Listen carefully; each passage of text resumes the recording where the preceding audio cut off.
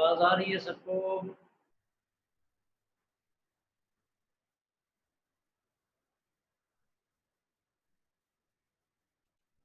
Okay, तो आज हम स्टार्ट करते हैं यूनिट नंबर 7। इसका नाम है gaseous exchange.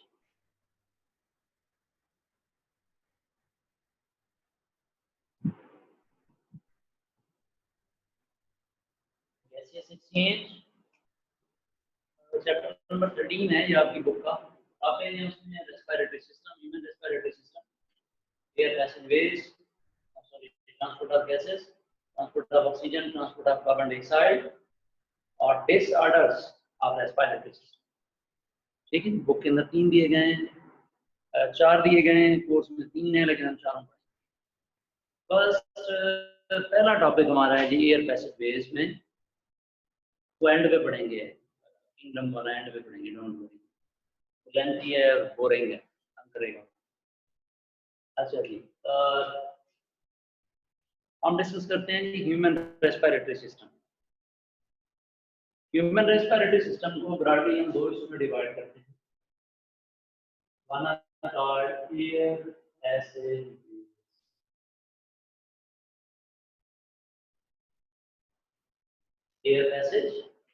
ways, and the second part of human respiratory system are lungs. दूसरा हिस्सा इसका लंग है। पहले हम डिस्कस करते हैं air passageways. What are air passageways? ये वो पाथवेज हैं जो एयर लंग्स के अंदर लेके जाते हैं, एयर लंग्स में से एयर बाहर लेके आते हैं। Air passageways include number 1 nasal cavities. पहला क्वेश्चन इसका आता है जी नेजल कैविटीज।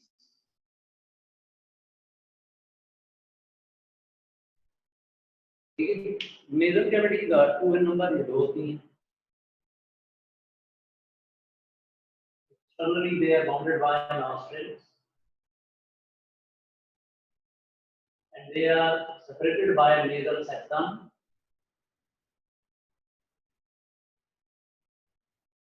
देखिए इनर वॉल के अंदर मौजूद होते हैं mucus,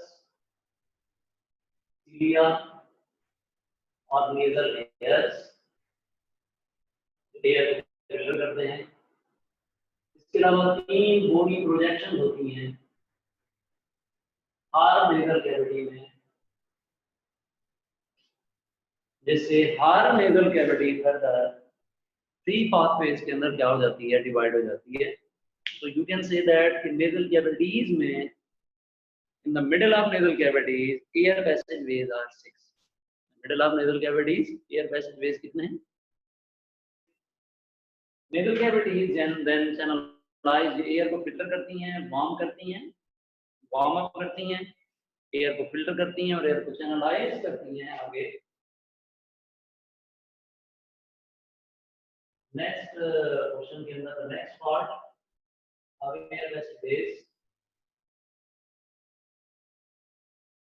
and that is number 2, that is pharynx.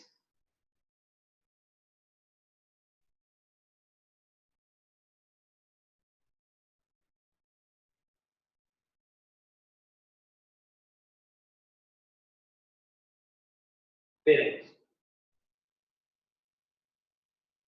ठीक है। ये जो pharynx है ये मस्कुलर पैसेज है, क्या है ये? It's a muscular passage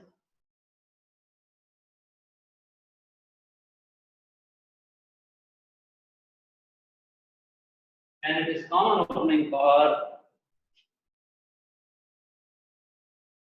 it is lined by mucous membrane। इसमें mucous membrane है, इसका काम भी एयर क्या करना है, फिल्टर करना है। and it is common opening for mouth, nose and middle ear, ठीक है। जो इसका अपर पार्ट है फेरिंक्स को पीछे से हमारे जो सर्वाइकल वर्टिब्री हैं वो सपोर्ट देते हैं, और इसका जो अपर पार्ट है उसके अंदर इन 3 सिस्टम्स की ओपनिंग है, ओरल कैविटी, नेजल कैविटी और मिडल एयर। जबकि लोअर साइड पे ये ओपन होता है किसके अंदर, फेरिंग्स के अंदर और डाइजेस्टिव सिस्टम में एसोफेगस के अंदर। तो हम यहाँ पे चूंकि रेस्पिरेटरी सिस्टम पढ़ रहे हैं इसलिए हम यहाँ पे आगे डिस्कस करेंगे।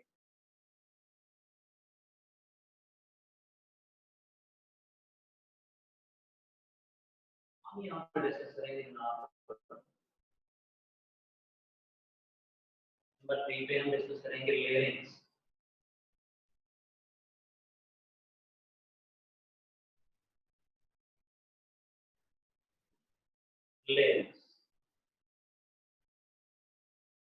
लेयरिंग्स क्या है जी? लेयरिंग्स इज क्या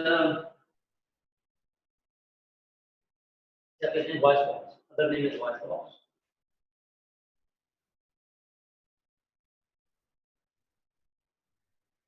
Voice box. Larynx is made up of cartilage.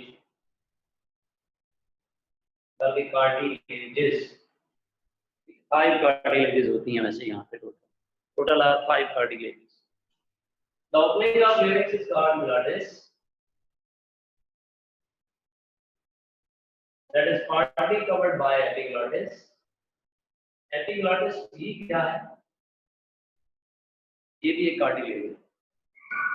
और glottis की inner side पर वेरिएंट फोल्डिंग होती है, इनको हम बोलते हैं vocal cords। ये म्यूकस मेम्ब्रेन के स्प्रिंग्स होते हैं, ये एयर जब इनको वाइब्रेट करती है तो ये साउंड प्रोड्यूस करते हैं। साउंड प्रोडक्शन की वजह से लेरिंक्स को क्या कहा जाता है? Voice box. Larynx is the upper cartilage of windpipe. Windpipe का नाम होता है ट्रैकिया।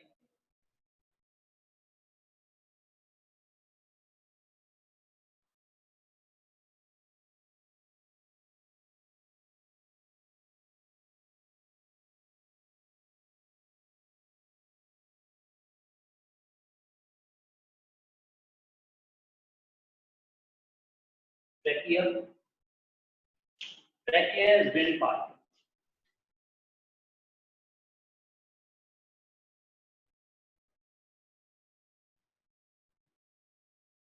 ठीक है, wall of trachea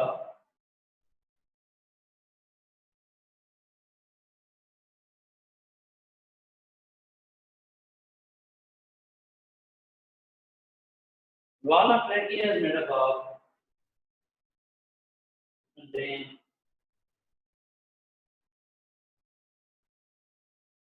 the cartilages,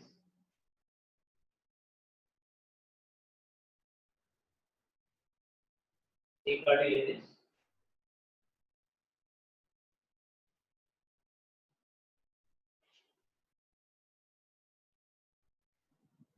smooth muscles,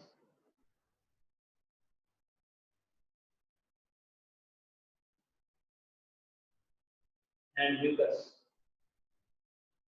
membrane। Mucus membrane, इसके नीचे सीलिया की लेयर होती है। सीलिया क्या करते हैं? म्यूकस को प्रोपेल करते हैं ट्रेकिया के चैम्बर के अंदर। सी कार्टिलेजेस ट्रेकिया को क्लैप्स से रोकते हैं, prevent the collapse of trachea. Smooth muscle की वजह से ट्रेकिया की up and down movement of trachea का due to smooth muscles.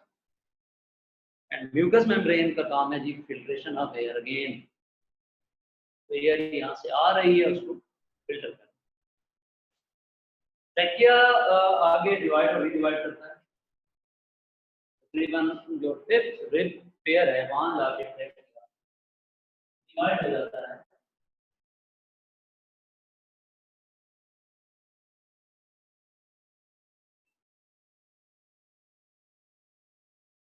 Divide हो जाता है वहां पे मौजूद होता है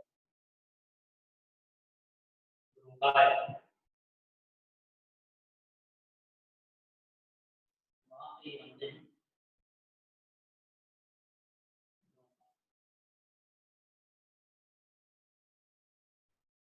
ब्रोंकस, ब्रोंकाई।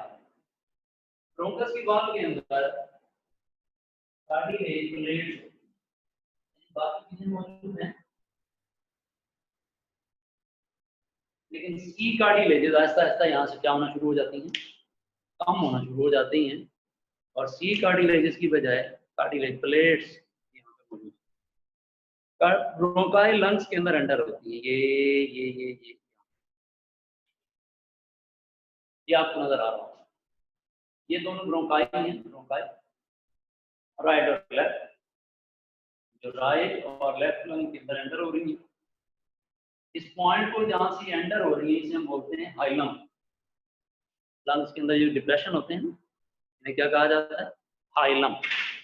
ब्रोंकाई लंग्स के अंदर एंटर होने के बाद डिवाइड और रीडिवाइड करती हैं, डिवाइड और रीडिवाइड करने के बाद ये बनाती हैं ब्रोंक्यूल्स। ये मैं यहाँ पे इस क्वेश्चन की नजर देता हूँ।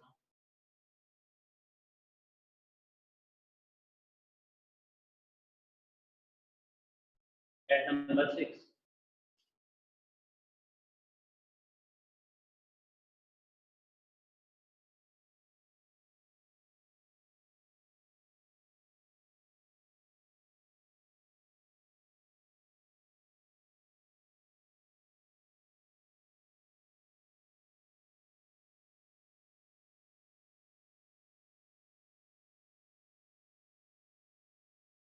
ब्रोंक्यूल। ब्रोंक्यूल्स वो पहले स्ट्रक्चर हैं जहां से गैसेस एक्सचेंज होती है, कम होती है लेकिन होती जरूर है। ब्रोंकाई का जब डायमीटर लेस देन 1 मिलीमीटर होता है तब हम इसे कहते हैं ब्रोंक्यूल। ब्रोंक्यूल के अंदर सिर्फ स्मूथ मसल होते हैं, इसमें कार्टिलेजेस नहीं होती, कार्टिलेजेस नहीं होती। ब्रोंक्यूल फर्दर डिवाइड और रीडिवाइड करते हैं।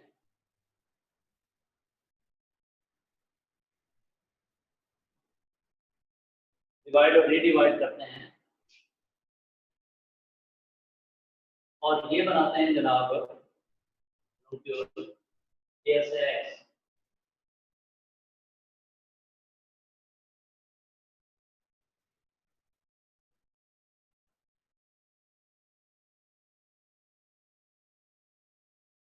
एयर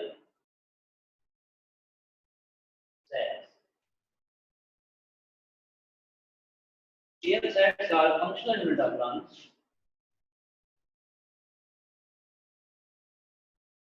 lungs के functional unit हैं और एक एयर सेट के अंदर होते हैं बहुत सारे एल्वेलाई।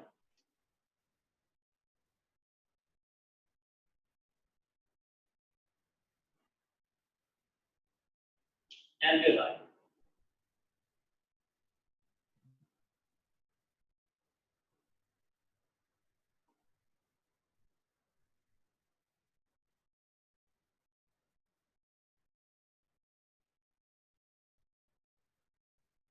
एल्वेलाई एल्वेलाई या लंग्स पैरेंकाइमा, पैरेंकाइमा है लंग्स।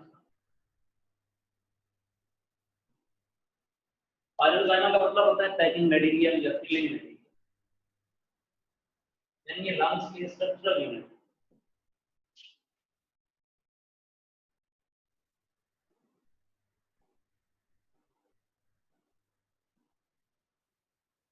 तकरीबन 700 or more than 700 million alveoli होते हैं और लंग्स इन्हीं की वजह से स्पॉन्जी होते हैं। जी जी जी बताएं जी, क्या हुआ? माशाल्लाह माशाल्लाह, थोड़ा सा लाउड बोले। अच्छा जी, अब कब ये इतना?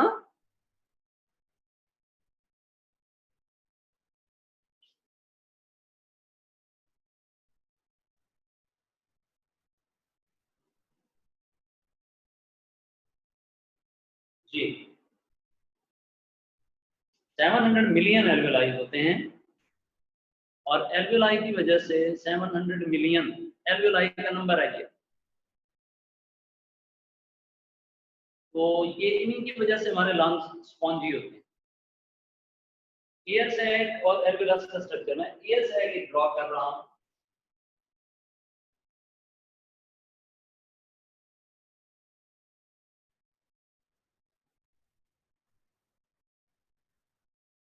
ठीक है, ये 3 air sacs, in air sacs के अंदर मौजूद होते हैं एल्वियोलाई।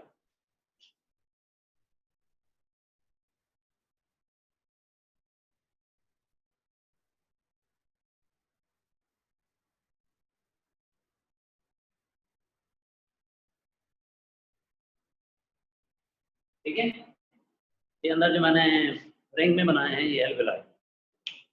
अब आएंगे एल्वियोलस के स्ट्रक्चर के ऊपर।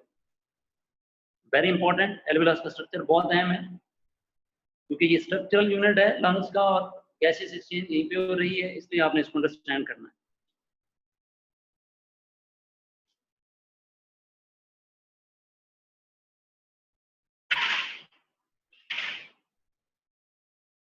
ये एक एल्वियोलस है एज अ होल।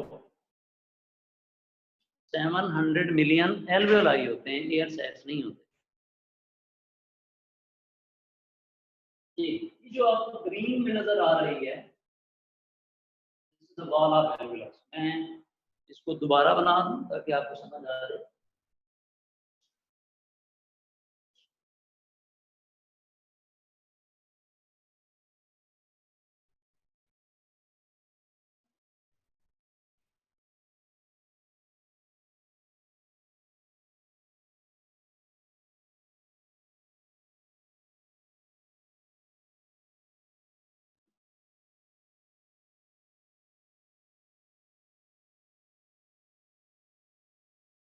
जी,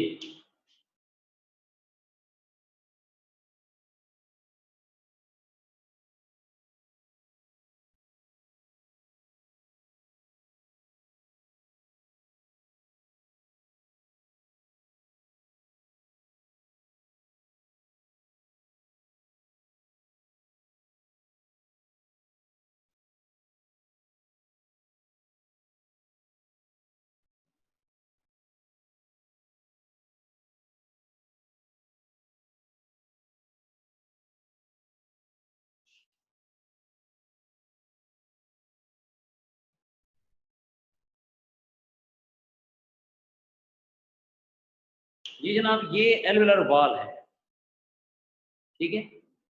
और इसमें सेलुलर वॉल के अंदर ये सेल्स हैं, ये स्केमस सेल्स होते हैं, ये एपिथेलियम, सिंपल स्केमस एपिथेलियम कहलाता है। और ये जो लाइन आपको नजर आ रही है जिसके ऊपर ये सेल्स हैं, ये बेसमेंट मेम्ब्रेन है जिसके अंदर इलास्टिन प्रोटीन और कोलेजन प्रोटीन। सेलुला इलास्टिक होती हैं ताकि ये रिकॉइल कर सके। सेल्स की ये शेप है, ये स्केमस सेल्स होते हैं, स्केमस। और एल्वियोलाई में सेल्स की एक लेयर है, इसलिए ये हमारा रेस्पिरेटरी सरफेस है। There is single layer of cells, that's why it is respiratory surface. समझ आइए ना बात। इसके बाहर मौजूद होते हैं ब्लड कैपिलरीज। इसके बाद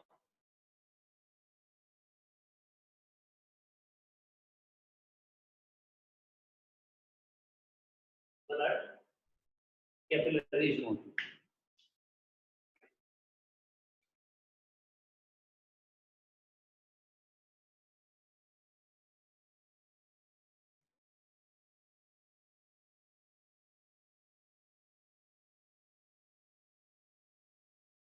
हमने ब्लड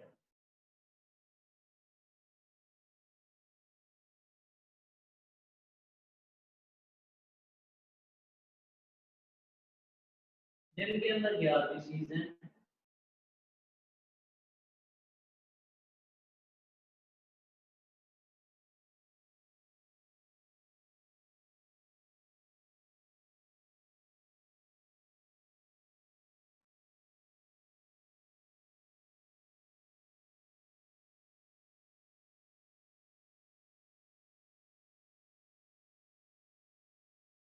ये जी ब्लड कैपिलरीज, इसमें RBCs,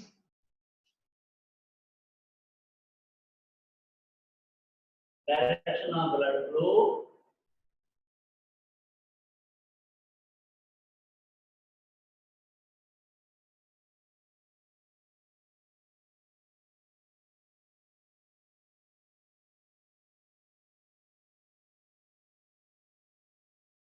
direction of blood flow. और ये जो एल्वुलस है इसकी इनर साइड पे एक मेम्ब्रेन होती है जिसे कहा जाता है surfactant membrane. That membrane is called surfactant. एक थिन मेम्ब्रेन होती है,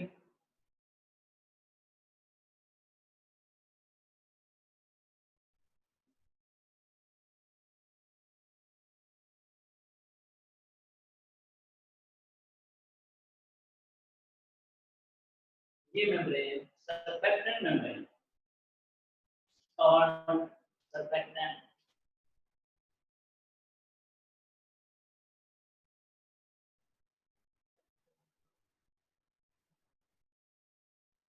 सर्फेक्टेंट मेम्ब्रेन लिपोप्रोटीन मेम्ब्रेन होती है, मेड अप ऑफ लिपोप्रोटीन्स। इसका काम होता है कि ये सरफेस टेंशन को रिड्यूस करती है। और सरफेस टेंशन क्या है? सरफेस टेंशन कोलैप्स टेंडेंसी होती है लंग्स। क्या होती है ये? लंग्स की collapse tendency. Surfactant membrane lungs को कोलैप्स करने से रोकती है, बचाती है। ये मेम्ब्रेन अगर ना हो तुम्हारे लंग्स कोलैप्स कर जाएं और डेथ हो जाए। चीज होती है RDS, respiratory distress syndrome. Respiratory distress syndrome में लंग्स कोलैप्स कर जाते हैं और क्या हो जाती है? डेथ हो जाती है।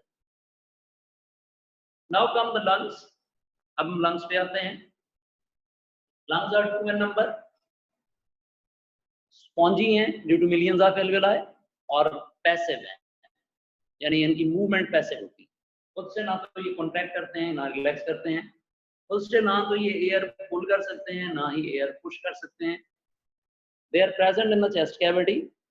चेस्ट कैविटी में वॉल जो है, wall of chest cavity is made up of ribs and intercostal muscles and the floor of chest cavity is diaphragm.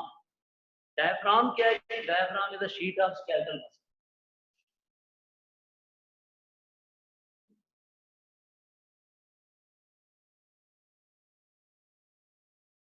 Diaphragm is a sheet of skeletal muscle। Skeletal muscle की एक sheet होती है और ये कहाँ पे मौजूद होती है जनाब? ये मौजूद होती है जी लंग्स और एब्डोमिनल कैविटी के दरमियान। Lungs are present in the chest cavity, ये चेस्ट कैविटी हो गई, ये एब्डोमिनल कैविटी है, दरमियान में ये शीट ऑफ स्केलेटल मसल है, इसका नाम है डायफ्राम।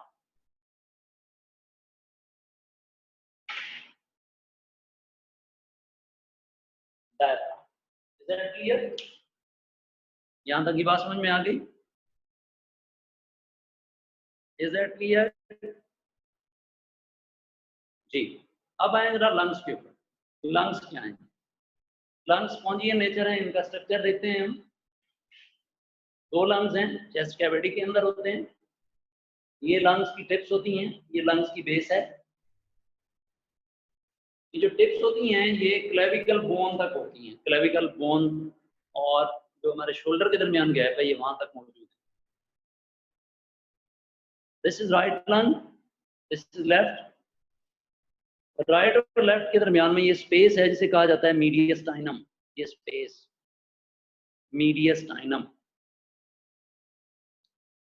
लेफ्ट लंग के अंदर ये कार्डियक इंप्रेशन होता है। This is cardiac impression. यहाँ पे हमारा हार्ट होता है इस जगह पे। ये जो आपको डॉटेड लाइन नजर आ रही है ये कार्डियक इंप्रेशन। राइट लंग के अंदर तीन लोब होते हैं, superior lobe, median lobe, inferior lobe. ये डिमार्केशन है, ये डिमार्केशन सुपीरियर लोब की है, ये मीडियन लोब की है, ये इंफीरियर लोब। ये ब्रोंकस है, ये एंटर होकर डिवाइड होके प्राइमरी ब्रोंकस है, सेकेंडरी ब्रोंका है, टर्शियरी ब्रोंका है, फिर ब्रोंकियोल्स, फिर रेयस है, फिर एल्वेओलाई तक जाती है। लेफ्ट लंग के अंदर दो लोब होते हैं, इंफीरियर, ठीक है? इसकी डिमार्केशन बाद में ऐसी होगी।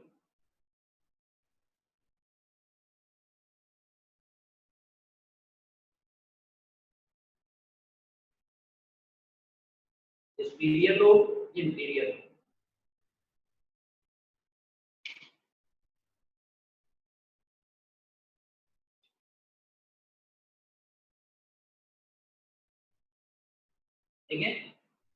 इंटीरियर ऑफ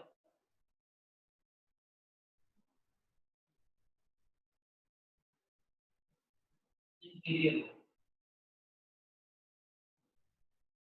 लोग डायग्राम के अंदर बने हुए हैं, आपको पता होना चाहिए सर लोग के नेम। अच्छा जी,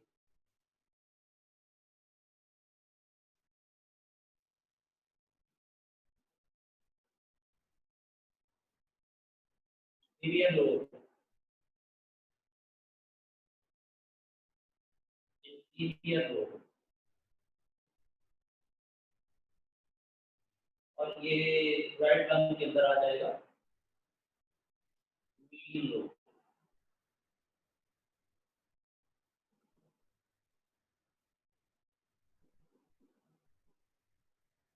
मीडियम लोग ठीक है, इसी तरह ये इंटीरियर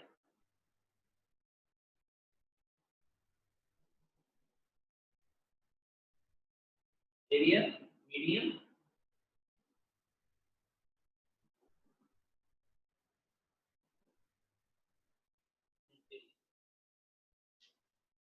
क्लियरेंस, और यहाँ पे ट्विन फोल्डिंग होती है nucleus membrane.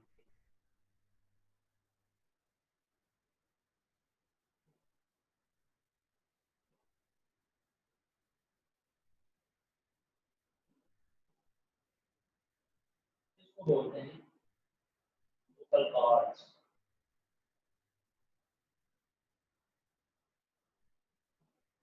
When they are vibrated, they produce voice or sound, sound produce करते हैं। अब आ जाएं जी आगे,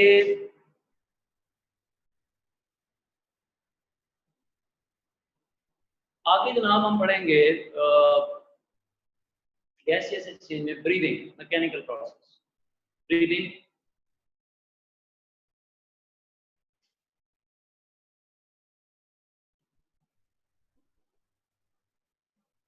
मैकेनिकल।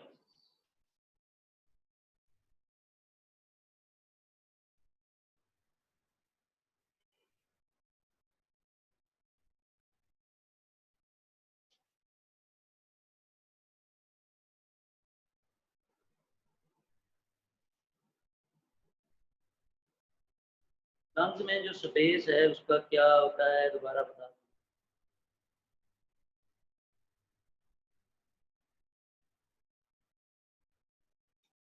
लंग्स में जो स्पेस, लंग्स के दरमियान में स्पेस होती है जिन्हें कहा जाता है मीडियस्टाइनम। ये डायफ्राम हो गया, ये स्पेस मीडियस्टाइनम।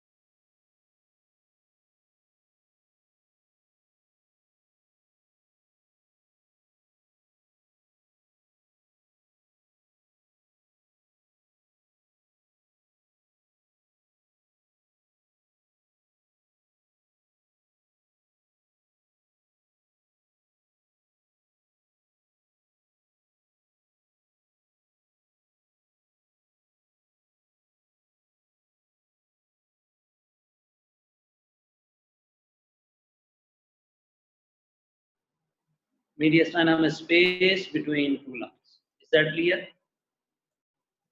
अब आए जनाब गैसेस एक्सचेंज के ऊपर, ब्रीदिंग के ऊपर, मैकेनिकल प्रोसेस को मैं स्क्रीन शेयर करने लगा हूँ, आपने जरा उसको वहां से देखना है और जल्दी जल्दी, टाइम जरा कम है, डिस्कस करते हैं।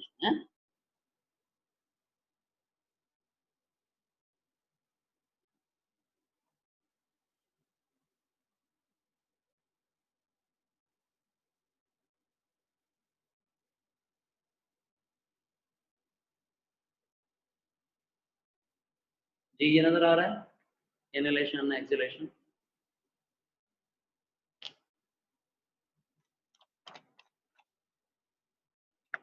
जी इसको आप जरा देखिएगा। Breathing is a mechanical process, ये ऊपर मैंने लिखा हुआ है। इंसान बनो भाई।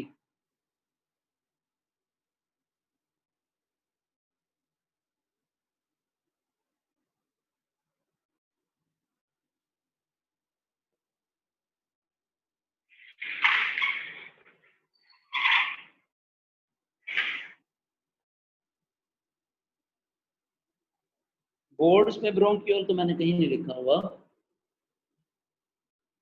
वो ऊपर लिखा मैंने, वो मैं अपना पिक्चर में सेंड कर देता हूँ, डोंट वरी, पिक्चर सेंड कर देता हूँ।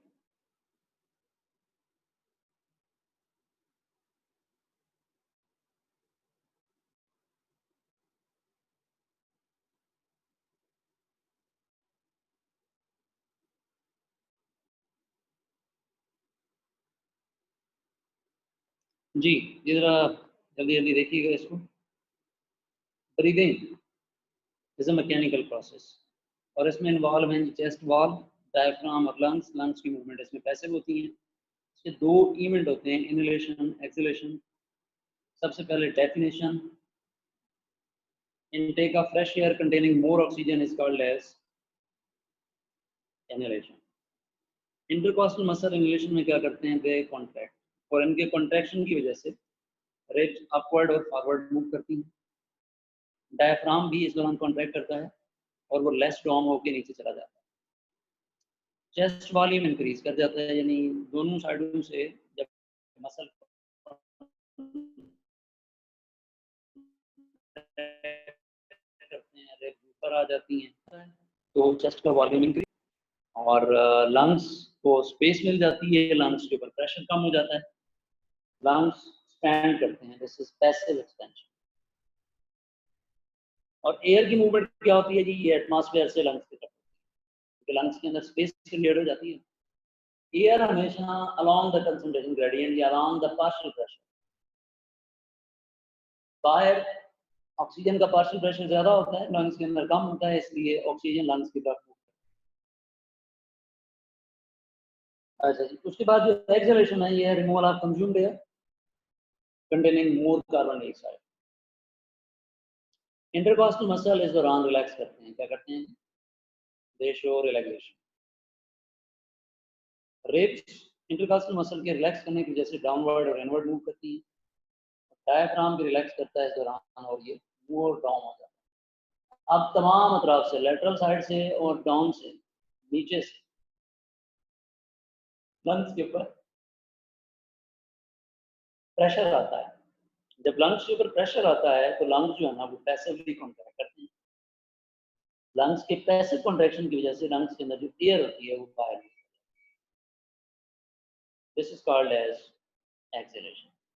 तो जनाब आज के आपके टॉपिक थे, कल हम पढ़ेंगे ट्रांसपोर्ट ऑफ गैसेस और उसके बाद हम डिस्कस करेंगे डिजीजेज। इंशाल्लाह कल आपका ये यूनिट खत्म हो जाएगा, ये वाला यूनिट कल इंशाल्लाह खत्म हो जाएगा, उम्मीद है। Any question? डायग्राम में आपको सेंड कर देता हूँ, डोंट वरी, टेक्स्ट भी सेंड कर देता हूँ, और वीडियो लेक्चर जो है ना यूट्यूब पर इंशाल्लाह मैं अभी अपलोड करता हूँ। लेक्चर भी कंप्लीट हो गया। ओके, अल्लाह हाफिज, टेक केयर।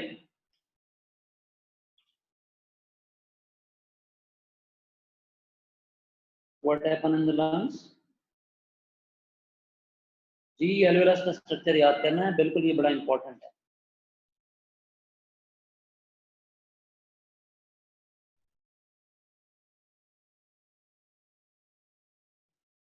एक क्वेश्चन आया जी, लोग इक्वल क्यों नहीं होते, ये मुझे भी नहीं पता बेटे, अल्लाह बेहतर जानता है। शायद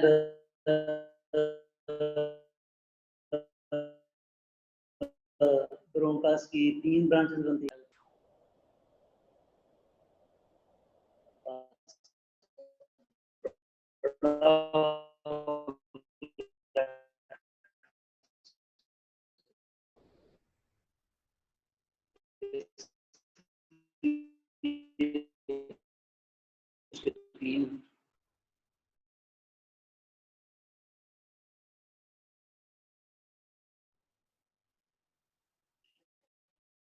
ये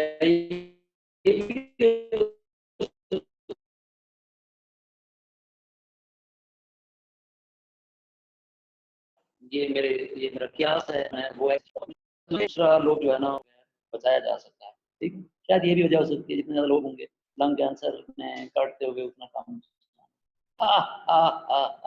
लेकिन खैर ये मेरा क्यास है। ओके जी, अल्लाह।